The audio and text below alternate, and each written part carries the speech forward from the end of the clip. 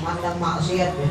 Melihat telepon, melihat handphone, banyak pandangan-pandangan maksiat. Melihat di luar betapa banyaknya maksiat, belum lagi syaitan, iblis ya, yang mempengaruhi otak kita, yang mempengaruhi kemaluan kita, yang mempengaruhi hati kita untuk selalu bermaksiat kepada Allah. Kita minta di hari yang mendekati daripada syahrul ibadah, di yang hari daripada mendekati syahrul Ramadan yang penuh barakat, kita minta terutama hati kita dibersihkan oleh Allah, dosa-dosa kita dibersihkan oleh Allah Azza wa Jalla, dosa-dosa nenek kakek kita, orang-orang tua kita, sahabat-sahabat kita, para mujahid yang lain yang sudah mendahului kita.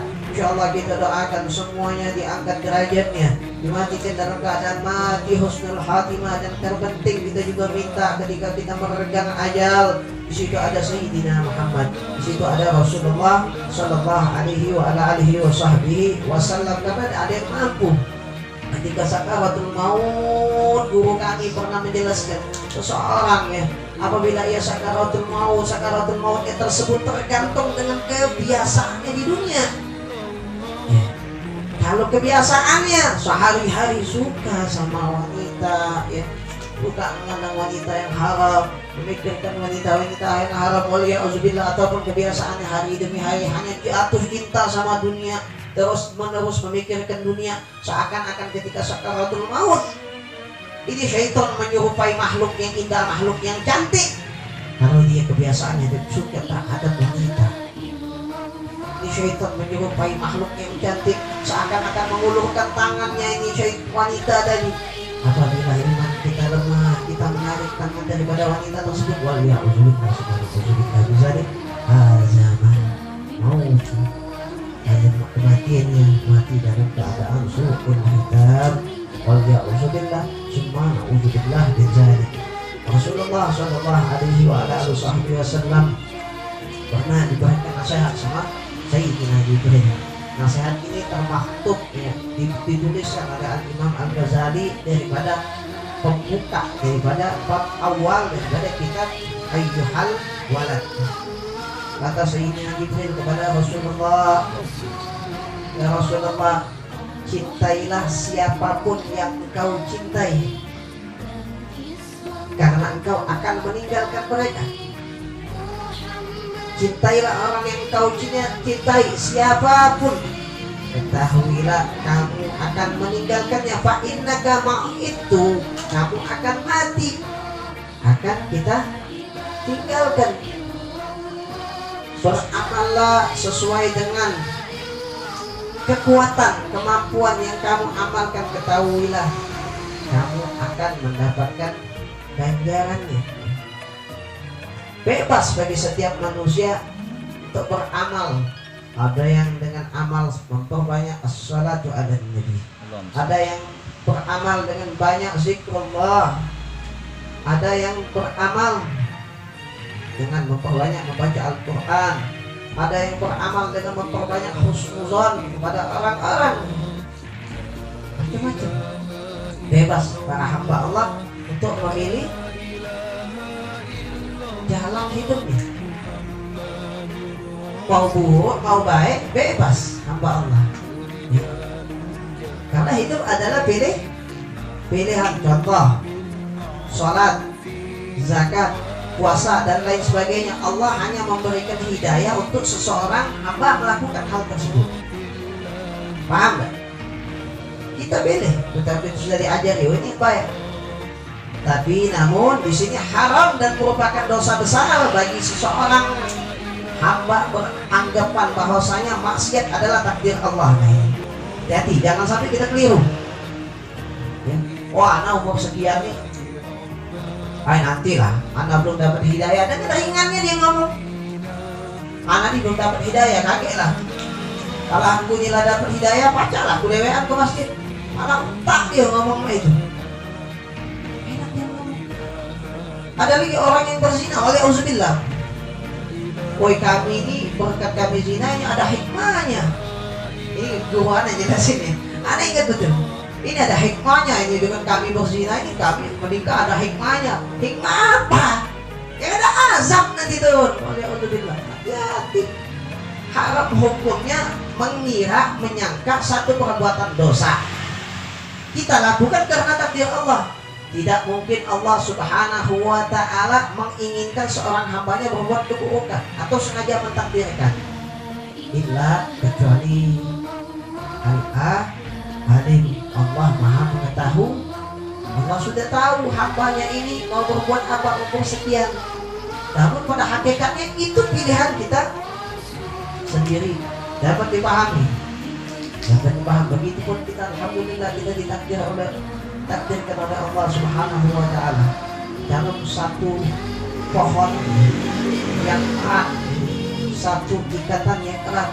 Walaupun saat ini pemimpin kita imam besar jauh berada di Mekah sana, tapi bagaimana orang-orang yang masih memiliki ta'alluq ikatan kepada beliau, yang masih satu perjuangan kepada beliau, yang masih satu hati dengan beliau, yang peduli terhadap bangsa, agama, terhadap rakyat kecil, terhadap kaum-kaum yang terzalimi, masih ada ikatan, masih ada di dalam hatinya untuk membela agama Allah, masih ada di dalam hatinya untuk memperingati daripada orang-orang yang lalai, orang-orang yang lupa bahwasanya kekuasaan itu di situ ada haknya pada rakyat. Kita beruntung, bersyukur kita dituntut Allah di dalam jalan ini. Apabila Anda ikhlas, apabila kita ikhlas, insya Allah ya, balasan yang tidak kita duga-duga, haitsu la yahtasib, insya Allah dari jalan yang tidak kita ketahui ya. Bersabarlah antum ayuhal mujahid ya. Saya dan Anda, kita semua senantiasa minta daripada kesabaran yang tinggi ya. Dan Habib Umar bin Muhammad bin Salih bin Habib, andaikan ya, para hamba Allah mengetahui besaran daripada pahala ia berbuat sabar, kata Habib Umar, niscaya mereka akan saling bunuh untuk melakukan tindakan sabar. Tapi sabar yang bagaimana? Ya kalau terus-menerus agama kita dihina, lain lagi, beda lagi. Wajib kita bela, wajib kita turun langsung untuk memerangi orang-orang yang terus-menerus menindas, menghina agama. Kalau dibiarin, ya apa yang terjadi saat ini?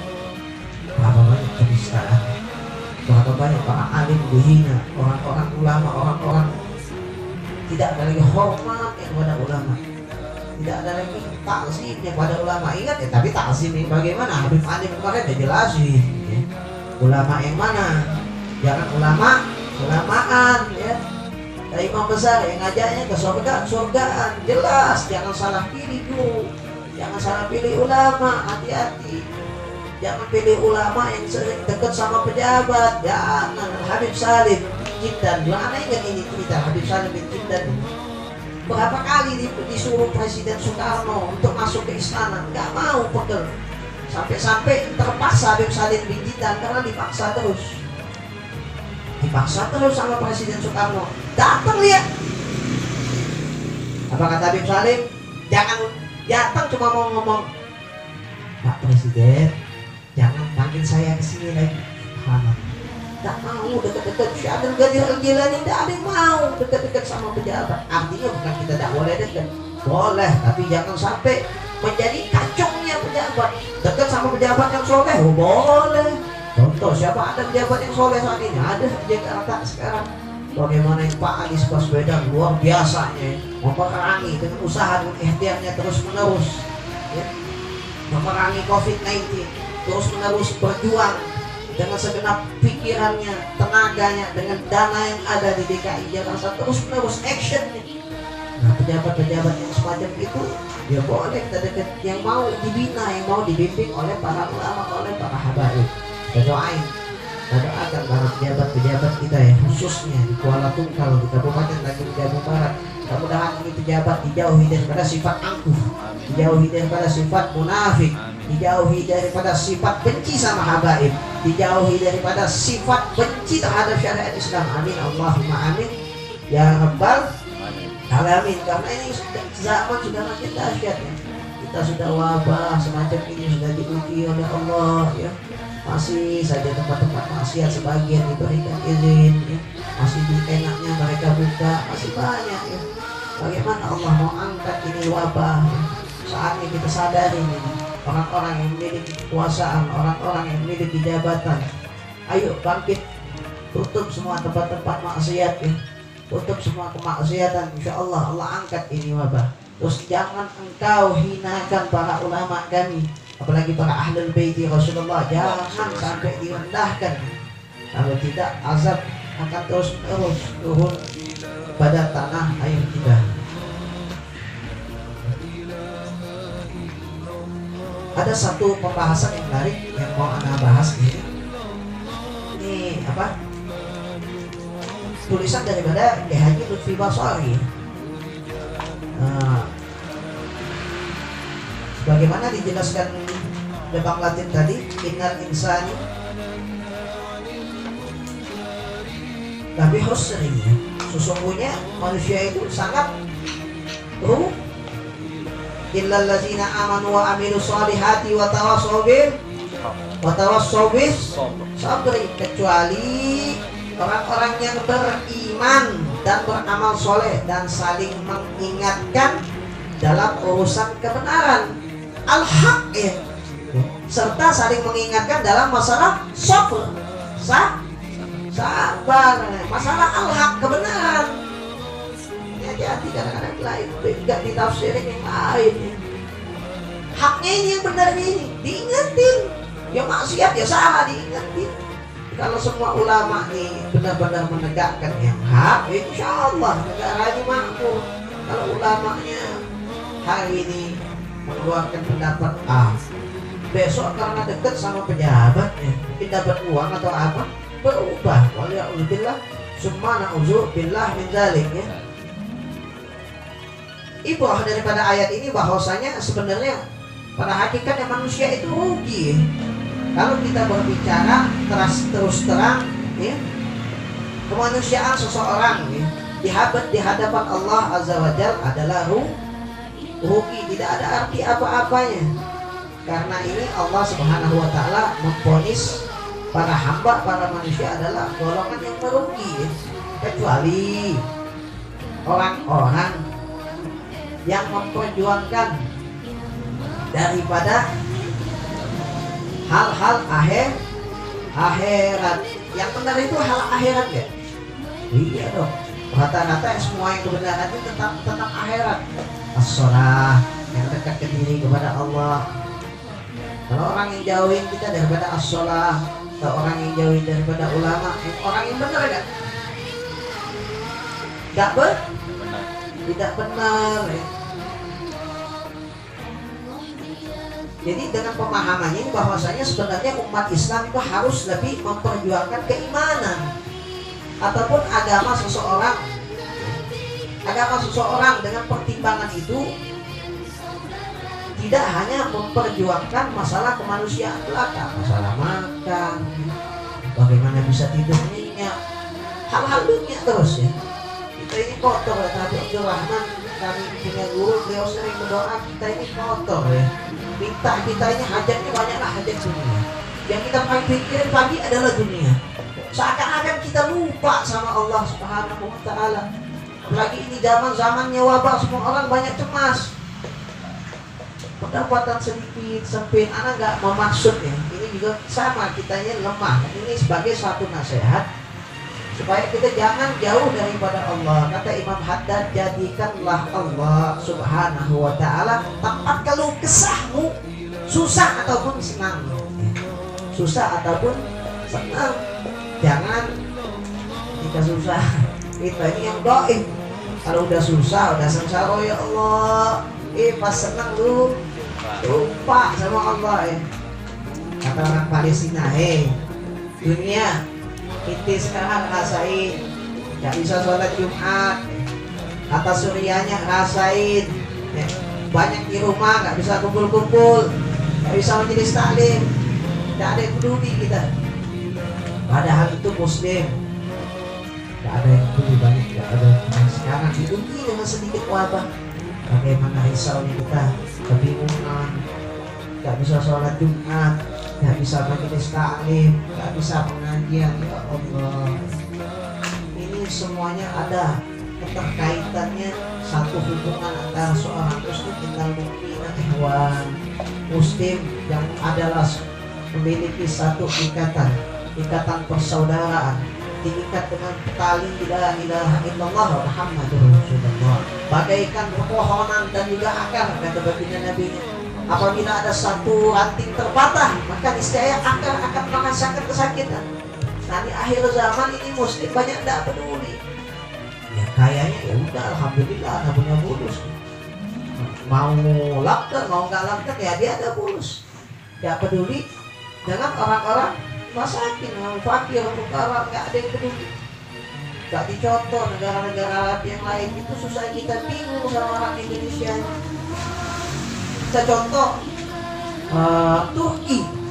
Turki masjid dikosongkan, nggak heboh orang, nggak sibuk, ini masjid dikosongkan begini-begini. Loh, itu udah ada ilmunya. Mereka mengosongkan masjid, tapi memenuhinya masjid. Dipenuhi dengan apa masjid? Kalau inti mau tahu, dipenuhi dengan makanan masjid. Dipenuhi dengan makanan, yang tajir tadi bawa makanan, dipenuhi, ditaruh di perpustakaan masjid, di halaman masjid. Diumumin, yang nggak ada makanan pergi ke masjid, ambil secukupnya. Subhanallah. Tolong menolong antar sesama umat muslim. Ditolong, yang lemah ditolong. Jadi bukan sekedar berkuar-kuar, kayak kita sebisa mungkin kita berikhtiar dengan akal kita, dengan pikiran kita. Alhamdulillah semua teman-teman kita, para relawan, para mujahid se-Indonesia, dari Sabang sampai daripada ujung Pulau Jawa, mereka berjibaku tiap hari turun ya, sana sini ya, bantu orang. Ada yang dengan tenaganya, ada yang dengan hartanya, macam-macam. Ikhtiar kita bantu saudara-saudara kita, orang-orang yang lemah. Karena tugas kita daripada berjuang di FPI ini membantu orang-orang yang lemah dengan segenap kemampuan kita. Hasilnya ya jangan pikirin di dunia. Ya kalau berjuang dipikirin sama dunia ya nggak masuk. Ya orang berjuang tuh akhirat. Paham nggak? Ya kan kita berjuang untuk akhirat, narju mardhatillahi, ridha Allah yang kita cari, bukan yang lain. Jadi benar kata Ustaz Latif tadi, kita perbaiki nih innama a'malu binniyat. Jadi kalau belum paham hadis ini, kata Yuwana akan sulit untuk melaksanakan ibadah-ibadah yang lain. Dia dibersihkan niat, innama a'malu binniyat. Ketika kita ingin sholat ya, kita bersihkan niat, astagfirullahaladzim, Allah mau menghadap kamu, ingin zikrullah, ingin ingat Allah, hati kita tata betul. Jangan sekedar kita ya, lisan kita menyebut nama Allah, tapi hati kemana-mana. Dan ada seorang santri di zamannya Al-Habib Salim bin Abdullah Asy-Syadzili. Ini santri diperhatiin sama Habib Salim di Rubat Tahib. Dia fokus. Jadi kasyaf, ulama ini kasyaf. Akhirnya siapa? Habib Salim udah ini keluar. Dia keluar, coba itu pergi pasar. Di santri ketika di pasar, keingatan jadi kelas, ya Allah, di pasar. Aduh, ada itu di kelas mana mau nulis di kelas. Tadi dia nanti sama misalnya. Jadi pas di pasar ngapain? Anak di situ dia. Anak pas di kelas. Nah, pas di kelas tadi yang dia ingat pasar kan. Di pasar mau beli ini, mau jalan-jalan. Makanya kita dituntut untuk senantiasa membersihkan hati. Kalau hati kita sudah bersih, insya Allah mudah untuk kita berjuang ya. Kalau ada sesuatu yang menjaga, langsung disampaikan, karena jangan sampai kita selalu dilemahkan daripada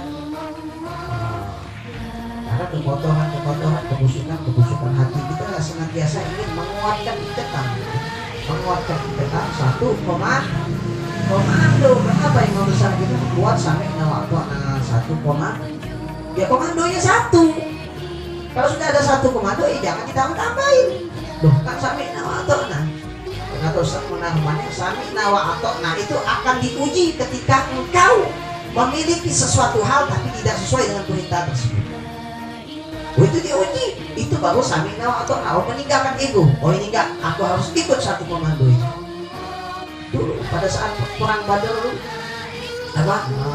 perang Uhud, yang Nabi tergoda dengan harta rampasan perang, para sahabat turun, tim pengaku pemanah itu gak nurut komando Rasulullah. Walhasil ternyata kafir udah mengepung.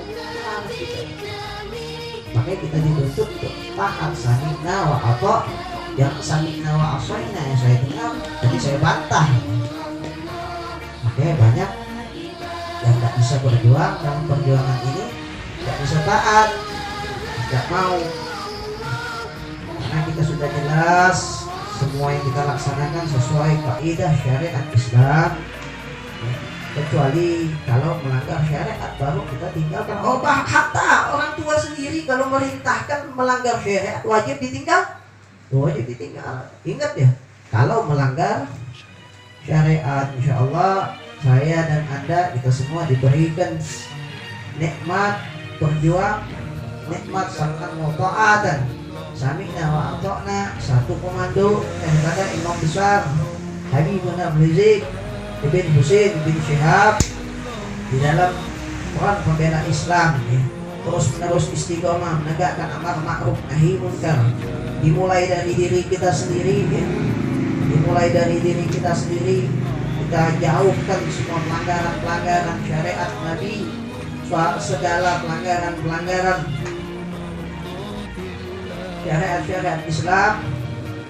Insya Allah kita senantiasa melaksanakan segala yang hak dan menjauhi segala bentuk kebatilan. Sebelum anak tutup, anak ada hadiah Pak Latif, ini curi-curi ini dosa dicuri. Nah, niatin anak kasih satu buah hadiah daripada guru kami.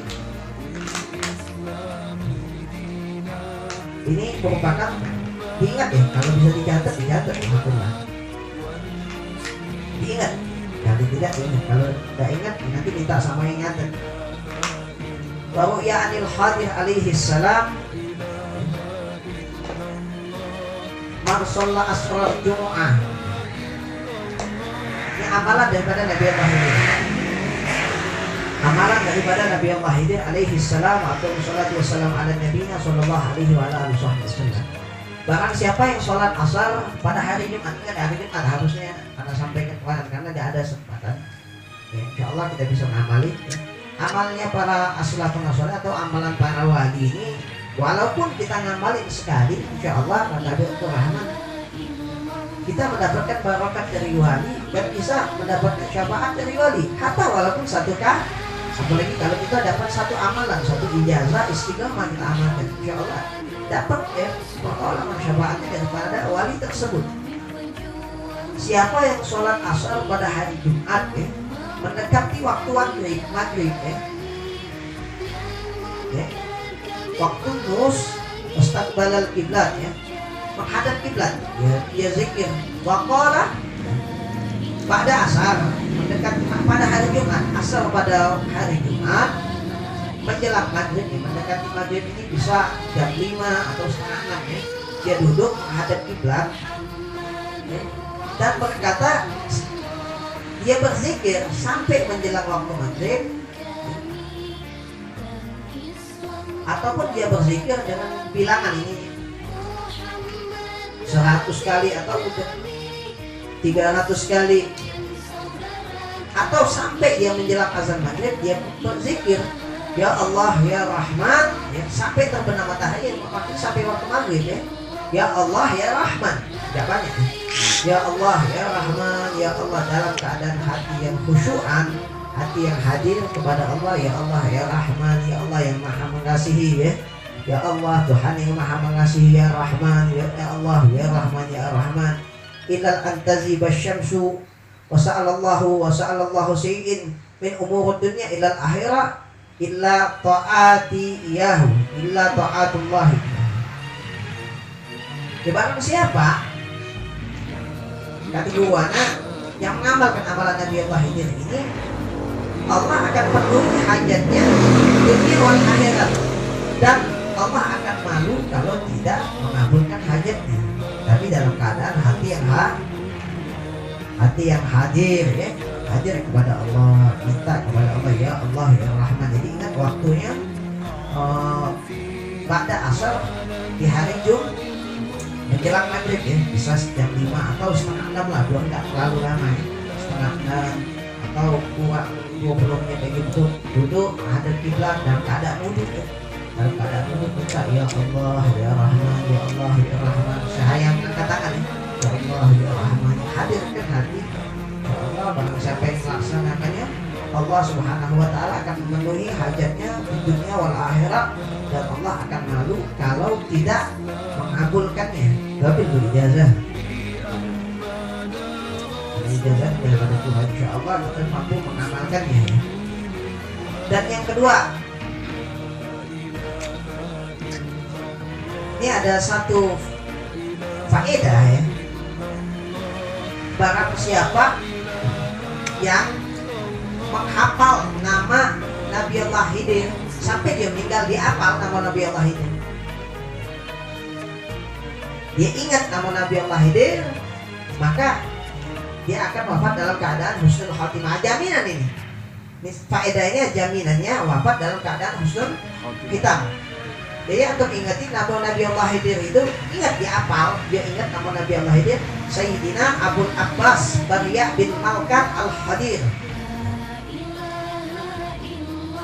Ya, kenapa Nabi Allah Khidir ini diberikan gelaran Khidir? Khidir itu rumputan yang hijau. Jadi Nabi Allah Khidir ini, kalau mau contoh Nabi Allah Khidir ini kalau dia duduk di tempat yang kering, hatta semen, hatta batu, hatta tanah itu langsung jadi hijau. Maka dia diberikan gelar Al-Khadir ya. Apa? Hijau, yang hijau, maksud sesuatu yang penuh dengan hijauan, keindahan ya. Jadi dia duduk ya, kalau ada orang Nabi Allah Khidir nyamar misalnya, kalau dia melalui tempat yang kering, itu tempat langsung jadi subur. Nah, kalau kita di jalan tidak sengaja ketemu orang kumpul atau sebagai pengemis, sebagai apa, tahu-tahu dia lewat satu tempat ini kering, rusak, atau tempat yang tidak bagus, jadi indah tempat ini. Nah, itu ciri yang tidak kita kenali ya. Itu adalah Nabi Allah ya. Tapi jarang pernah ini kan gitu, tidak pernah, belum pernah ya. Belum pernah lihat orang yang lewat ya. Yang ada ini kalau kita lewat tempat yang indah jadi rusak karena hati kita penuh dengan dosa. Jadi ente ingat nama Nabi Allah ini adalah Sayyidina Abul Abbas, Sayyidina Abul Abbas Barya bin ada ain Barya bin Malkan Al-Khadir ya. Jadi nama Nabi Allah ini adalah Sayyidina Barya bin Malkan. Ingat ini. Siapa nama Nabi Allah Khidir? Barya bin Malkan. Barya bin Malkan. Ini kalau kita ingat sampai akhir hayat, jaminannya mati dalam keadaan husnul khotimah. Jadi diingat ini faedah-faedah yang semacam ini, kata buana cuma orang-orang yang memiliki hati yang diberikan hidayah, hati-hati orang yang bersih bisa terimanya. Kalau hati-hati orang yang kotor, tahidah itu orang yang tutup daripada hidayah. Wallahu a'lam. Insyaallah ada manfaatnya, insyaallah mudah-mudahan kita dijumpakan oleh Allah yang satu tempat lagi bulan Ramadan, dan insyaallah kita minta kepada Allah dengan zikir tadi, dengan maulid yang kita lantunkan tadi, mudah-mudahan ini negeri kita segera diangkat wabah penyakit ini, wabah yang dahsyat ini yang merusak ya, yang membuat hati kita ini orang mukmin jadi suzon sama mukmin yang lain, gak mau dekat-dekat jadi suzon, takut ada virus ya. Ibadah jadi tidak sentausa lagi, tidak tumanina lagi, datang ke masjid gak mau lama-lama jadinya. Mudah-mudahan segera diangkat oleh Allah. Tidak sampai di situ kita minta kemaksiatan di negeri kita diangkat oleh Allah. Para koruptor kita minta segera dibinasakan oleh Allah. Para penista-penista agama kita minta, kalau dia tidak diberikan hidayah, kita minta dimusnahkan oleh Allah Subhanahu wa Ta'ala. Para musuh-musuh Islam kita minta dihancurkan oleh Allah Subhanahu wa Ta'ala. Amin, Allahumma amin ya rabbal alamin. Dan insyaallah kita minta kita wafat dalam keadaan husnul hitam, ala husnul hitam, ala husnul hitam, diberikan hidayah, diberikan syafaat oleh wali-wali Allah, diberikan syafaat oleh Sayyidina Rasulullah ketika akhir hayat kita, dituntun oleh Rasulullah ketika kita meregang ajal, dituntun dibisikkan oleh Rasulullah la ilaha illallah, sebagaimana yang disabdakan Nabi, man akhiru kalamihi, man qala akhiru kalamihi la ilaha illallah. Barang siapa yang di akhir hayatnya mengucapkan la ilaha illallah dah halal jannah. Kita minta hal tersebut, kita minta dosa-dosa kita ini diampunkan oleh Allah sehingga ketika akhir hayat kita mampu mengucapkan la ilaha illallah. Amin, Allahumma amin ya rabbal alamin. A'udzubillahi minasyaitonir rajim. Bismillahirrahmanirrahim.